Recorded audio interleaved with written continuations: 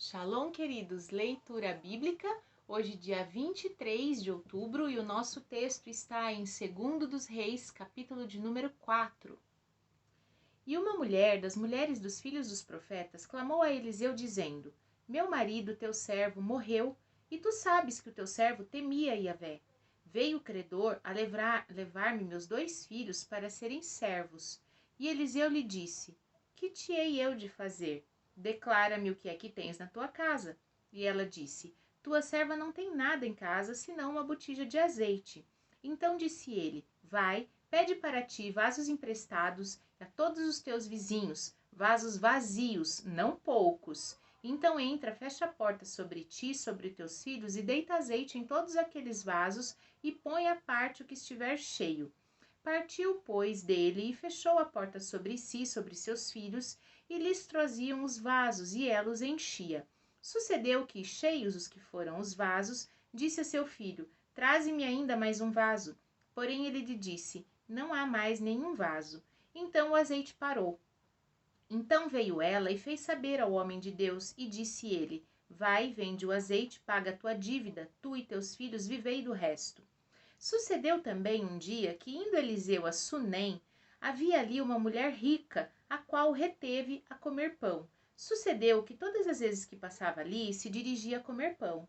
E disse ela a seu marido: Eis que tenho observado que este passa sempre por nós, é um homem santo de Deus. Façamo-lhes, pois, um pequeno quarto junto ao muro, e ali ponhamos uma cama, uma mesa, uma cadeira, um candeeiro, e há de ser que, vindo eles a nós, para ali e retirará-se.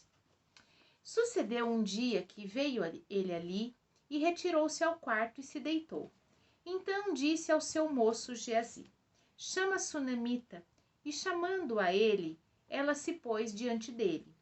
Porque lhe dissera: Dize-lhe: Eis que tu nos tens tratado com tanto desvelo. Que se há de fazer por ti? Haverá alguma coisa que se fale por ti ao rei ou ao chefe do exército? E dissera ela: Eu habito no meio do povo. Então disse ele: O que se há de fazer por ela?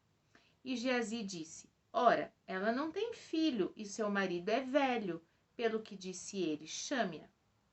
E chamando a ele, ela se pôs à porta. E ele disse: A este tempo determinado, segundo o tempo da vida, abraçarás a um filho.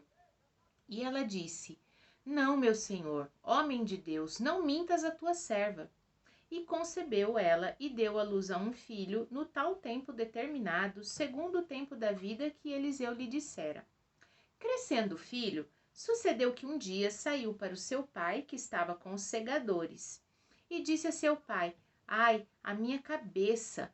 Ai, minha cabeça! Então disse ao moço: Leva o menino para sua mãe. E ele o tomou e levou junto da mãe, e esteve sobre os seus joelhos até o meio-dia, e morreu. Subiu ela, deitou o menino sobre a cama do homem de Deus, fechou a porta e saiu. Chamou seu marido e disse: Manda-me já uns moços com 2 jumentas, para que eu corra ao homem de Deus e volte. Disse ele: Por que vais a ele hoje? Não é lua nova, nem é sábado. Ela disse: Está tudo bem. Então albardou a jumenta e disse ao seu moço: Guia, anda, não te detenhas no caminho, senão quando eu te disser. E partiu ela, pois, e veio ao homem de Deus, ao Monte Carmelo. Sucedeu que, vendo-a, o homem de Deus de longe, disse a Geazi seu moço: Eis aí a sunamita. Corre-lhe ao encontro e diz-lhe: Vai bem contigo? Vai bem com teu marido? Vai bem com teu filho? E ela disse: Vai bem. Chegando ela, pois, ao homem de Deus, ao monte, pegou nos seus pés. Mas Geazi tentou a retirar. Porém, o homem de Deus disse: Deixai-a, porque a sua alma está triste de amargura, e Yahvé me encobriu e não me manifestou. Disse ela: Pedi eu ao meu senhor algum filho? Ele disse: Eu não lhe disse, não me enganes? E ele disse a Geazi: Cinge os teus lombos, toma o bordão da tua mão e vai. Se encontrares alguém pelo caminho, não o saúdes. E se alguém te saudar, não lhe respondas. Põe o meu bordão sobre o rosto do menino. Porém, disse a mãe do menino: vive Yahvé, vive tua alma, que não hei de deixar-te. Então ele se levantou e a seguiu, e Geazi passou adiante deles e pôs o bordão sobre o rosto do menino. Porém não havia nele voz e nem sentido. Voltou a encontrar-se com ele e lhe trouxe o aviso, dizendo: o menino não despertou. Chegando Eliseu à casa, eis que o menino estava morto sobre sua cama. Então entrou, fechou a porta sobre eles e orou a Yahvé. Subiu, deitou-se sobre o menino, colocando boca sobre boca, olhos sobre olhos, mãos sobre mãos, e estendeu-se sobre ele. E a carne do menino se aqueceu. Depois voltou, passeou pela casa de uma parte a outra, e tornou a subir e estendeu-se sobre ele. Então o menino espirrou 7 vezes, e o menino abriu os olhos. Então chamou a Geazi e disse: chama a sunamita. Chamou-a e veio a ele. E ele disse: toma o teu filho. Ela se prostrou aos seus pés, se inclinou em terra, tomou o seu filho e saiu. Voltando Eliseu a Gilgal, havia naquela terra fome, e os homens dos profetas estavam assentados na sua presença. E disse ao seu moço: põe na panela ao grande lume e faze um caldo de ervas para os filhos dos profetas. Então saiu ao campo a apanhar as ervas e achou uma parra brava, e colheu dela, na sua capa, cheia de coloquíntidas, e veio e as cortou na panela do caldo, porque não sabia o que era. Assim tiraram para comer os homens. Sucedeu que, comendo eles daquele caldo, clamaram e disseram: homem de Deus, tem morte na panela. E não puderam comer. Porém ele disse: trazei-me a farinha. E deitou-a na panela e disse: agora tirai para comer o povo. Então não havia mais mal nenhum na panela. E um homem veio de Baal-Salisa e trouxe ao homem de Deus pães das primícias, 20 pães de cevada e espigas verdes de palha, e disse: dá ao povo para que coma. Porém seu servo disse: como hei eu de pôr 20 pães diante de 100 homens? Disse ele: dá ao povo para que coma, porque assim diz Yahvé: comer-se-á e sobejará. Então lhe os pôs diante, e comeram, e deixaram sobejos, conforme a palavra de Yahvé. Hoje nós começamos a primeira carta de Paulo a Timóteo, capítulo de número 1. 1 Timóteo, capítulo 1. Paulo, apóstolo de Jesus Cristo, segundo o mandado de Deus, nosso Salvador, e do Senhor Jesus Cristo, esperança nossa, a Timóteo, meu verdadeiro filho na fé. Graça, misericórdia e paz da parte de Deus nosso Pai e da de Cristo Jesus nosso Senhor. Como te roguei, quando parti para a Macedônia, que ficasses em Éfeso, para advertires a alguns que não ensinem outra doutrina, nem se deem a fábulas ou a genealogias intermináveis, que mais produzem questões do que edificação de Deus, que consiste na fé, assim o faça agora. Ora, o fim do mandamento é a caridade de um coração puro e de uma boa consciência, de uma fé não fingida, do que, desviando-se alguns, se entregaram a vãs contendas, querendo ser doutores da lei e não entendendo nem o que dizem nem o que afirmam. Sabemos, porém, que a lei é boa, se alguém dela usa legitimamente, sabendo isto, que a lei não é feita para o justo, mas para os injustos, os obstinados, os ímpios, pecadores, para os profanos, os irreligiosos, para os parricidas, os matricidas, os homicidas, para os fornicadores, para os sodomitas, para os roubadores de homens, para os mentirosos, os perjuros, para os que for contrário à sã doutrina, conforme o evangelho da glória de Deus, do Deus bem-aventurado, que me foi confiado. Dou graças ao que me tem confortado, a Cristo Jesus, Senhor nosso, porque me teve por fiel, pondo-me no ministério, a mim, que dantes fui blasfemo, perseguidor, opressor, mas alcancei misericórdia, porque fiz ignorantemente, na incredulidade. A graça de nosso Senhor superabundou com a fé e o amor que há em Jesus Cristo. Esta é uma palavra fiel, digna de toda aceitação, que Cristo Jesus veio ao mundo para salvar os pecadores, dos quais eu sou o principal. Mas por isso alcancei misericórdia, para que em mim, que sou o principal, Jesus Cristo mostrasse toda a sua longanimidade para dar exemplo dos que haviam de crer nele para a vida eterna. Ora, o Rei dos séculos, imortal, invisível, ao único Deus, seja honra e glória para todos sempre. Amém. Este mandamento eu dou, meu filho Timóteo, que segundo as profecias que houve acerca de ti, milite por elas boa milícia, conservando a fé e a boa consciência, rejeitando a qual alguns fizeram náufrago na fé. E entre esses foram Himeneu e Alexandre, os quais entreguei a Satanás, para que aprendam a não blasfemar. Daniel, hoje Daniel, capítulo de número 8. No ano terceiro do reinado de Belzazar, apareceu-me uma visão,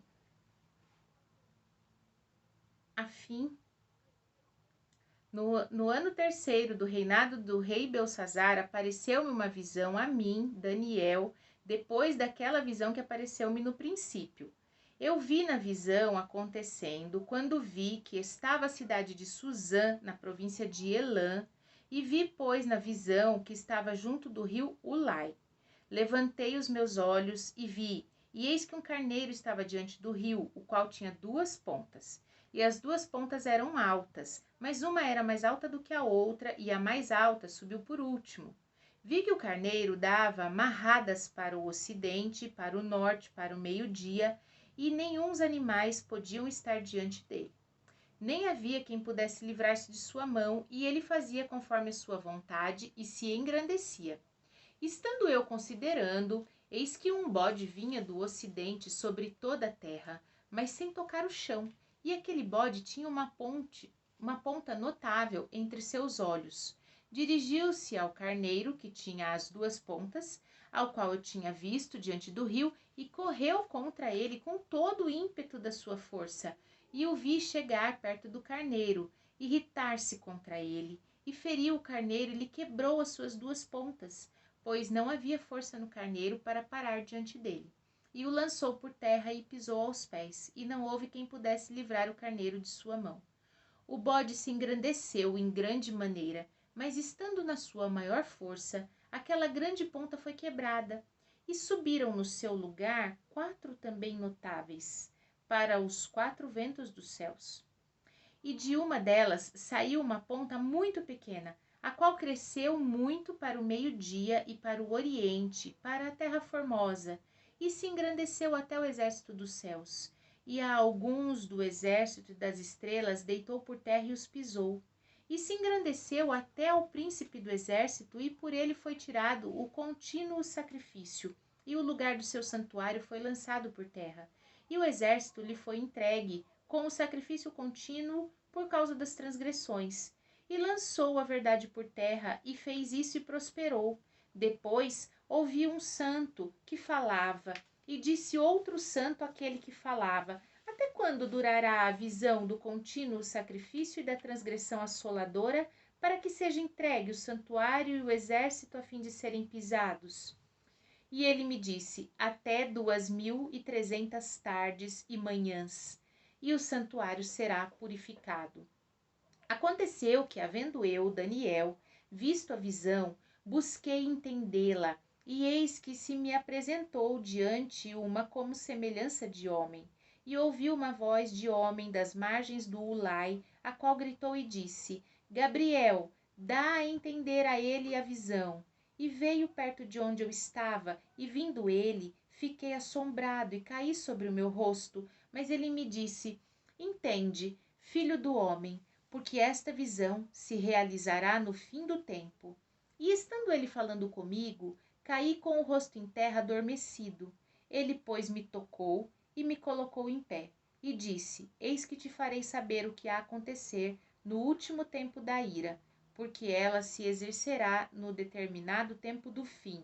Aquele carneiro que viste com 2 pontas são os reis da Média e da Pérsia, mas o bode peludo é o rei da Grécia, e a ponta grande que tinha entre os olhos é o rei primeiro. O ter sido quebrada, levantando-se 4 em lugar dela, significa que 4 reinos se levantarão da mesma nação, mas não com a força dela. Mas no fim do seu reinado, quando os prevaricadores acabarem, se levantará um rei, feroz de cara, e será entendido em adivinhações. se fortalecerá com a sua força, mas não pelo seu próprio poder, e destruirá maravilhosamente e prosperará e fará o que lhe aprouver e destruirá os fortes e o povo santo. Pelo seu entendimento também fará prosperar o engano de sua mão, e no seu coração se engrandecerá, e por causa da tranquilidade destruirá muitos, e se levantará contra o príncipe dos príncipes. Mas sem mão será quebrado. E a visão da tarde e da manhã que foi dita é verdadeira. Tu, porém, cerra a visão, porque só daqui a muitos dias se cumprirá. E eu, Daniel, enfraqueci e fiquei enfermo alguns dias. Então levantei-me e tratei-me dos negócios do rei, e espantei-me acerca da visão, e não havia quem a entendesse. Amém? Vimos então os nossos textos no dia de hoje, no capítulo de 2 dos Reis, um capítulo com 4 milagres realizados por Deus através da vida de Eliseu, sendo 2 milagres de multiplicação e 2 milagres contra um espírito de morte, né? E o que mais me chama a atenção é a postura da sunamita, uma mãe que vê que seu filho morreu, mas ela não mostra nenhum desespero. Ela não expressa nenhum desespero, ela vai buscar a solução onde sabe que há solução. E isso me chama a atenção. Quem tem uma promessa, quem confia numa promessa, quem confia no seu Deus, não entra em desespero por causa das circunstâncias. Todo mundo que perguntou a ela como vai, ela disse, vai bem. Em nenhum momento ela demonstrou uma falta de fé, uma incredulidade. E que a gente possa aprender com a sunamita que em dias difíceis, em momentos de tribulação, nós devemos permanecer serenos, aguardando aquilo que Deus tem a fazer por nós, em nosso favor. E aqui na primeira carta a Timóteo, no capítulo 1, um ensino muito precioso que Paulo dá é que a gente não deve perder tempo debatendo contendas, debatendo as palavras do Senhor, para querer se exaltar, se comportar como um doutor da lei, como alguém muito entendido. Também por isso que eu trouxe aqui que as visões de Daniel são escatológicas, são apocalípticas e nós não trataremos a interpretação delas, porque isso tem divergências entre as denominações e o nosso objetivo não é esse. O nosso objetivo é trazer um aprendizado diário para o nosso devocional, né? E aqui a gente vê que Daniel encerra falando, né? O anjo diz a ele, essa visão só vai se cumprir daqui a muito tempo, vai demorar. Então, a gente sempre deve esperar na palavra do Senhor, porque mesmo que demore muito tempo, sim, ela vai se cumprir, porque esta palavra é fiel. Como está no capítulo aqui de Timóteo, fala, esta palavra é fiel e digna de toda aceitação. Então, a palavra do Senhor é assim. Amém? Vamos orar? Pai maravilhoso, Deus santo, Deus grande e forte, nós te louvamos, te bendizemos pelo teu amor, pela tua misericórdia sobre as nossas vidas. Clamamos a ti, ó Deus, que o Senhor nos abra os olhos, Pai, para compreender de fato que o que o Senhor espera de nós é uma fé verdadeira, é uma fé que seja baseada naquilo que o teu evangelho ensina, no exemplo de Jesus, e que nós não precisamos ficar debatendo, Pai. Não precisamos ficar debatendo as doutrinas, porque em ti somos todos filhos, em ti fomos todos resgatados pelo sangue de Jesus, não importando, Senhor, as denominações nem as classificações, mas queremos sim, Pai, comparecer como um povo só, um povo unido, um povo remido pelo sangue, quando o grande dia chegar. Quando todas essas coisas que Daniel viu se cumprirem, nós queremos chegar diante de ti, de vestes lavadas, como aqueles que foram resgatados pela obra do Calvário. Te louvamos e agradecemos em nome de Jesus. Amém. Shalom.